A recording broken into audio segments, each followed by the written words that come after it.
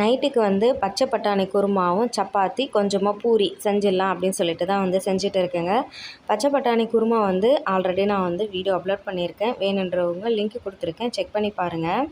இந்த வெங்காயம் வந்து நானே கஷ்டப்பட்டு வாங்கணும்னு சொன்னால் நம்ப மாட்டேன்றீங்களா? ஆனால் அதுதாங்க உண்மை. ஏன்னா என்ன கஷ்டப்பட்டேன்னா, நம்ம வீட்டில் இருக்கிற வேஸ்ட்டான பொருளெல்லாம் வந்து தூக்கி போட்டுருவோம் நம்ம. அது சும்மா இடத்த அடைச்சிருக்கு அப்படின்னு சொல்லிட்டு. ஆனால் நான் என்ன பண்ணேன், ஒரு பாக்ஸில் போட்டு ஒரு ஓரமாக வச்சுருந்தேன். அப்பப்போ ஏதாச்சும் வந்து பிளாஸ்டிக் ஏதாவது வேஸ்ட்டாக நம்ம வீட்டில் இருந்துச்சுன்னா அதை எடுத்து நான் ஸ்டோர் பண்ணி வச்சுருந்தேன். சிம்பிளாக என்ன சொல்லணும்னா, நம்ம கேன் வாங்குவோம் இல்லைங்களா, குடிக்கிற தண்ணி அந்த மாதிரி வீட்டில் ஏதாவது விளையாடுற பொருளுங்க ஏதாச்சும் ஒன்று உடஞ்சிச்சின்னா அதை நான் எடுத்து போடாமல் வாட்டர் கேன் எல்லாமே அப்படியே வைப்பேன். அதை கொடுத்ததுக்கப்புறமா இந்த வெங்காயம் கொடுத்தாங்க. ஏன்னா வெங்காயம் வைக்கிற விலைக்கு இதுவே கொஞ்சம் பரவாயில்லைங்களா அப்படின்னு தான் தோணுச்சு. அதுக்கப்புறம் சப்பாத்தி பூரி எல்லாமே போட்டாச்சு. சுபாக்கு பிடிச்ச மாதிரி பூரியும் செஞ்சு கொடுத்துட்டேன்.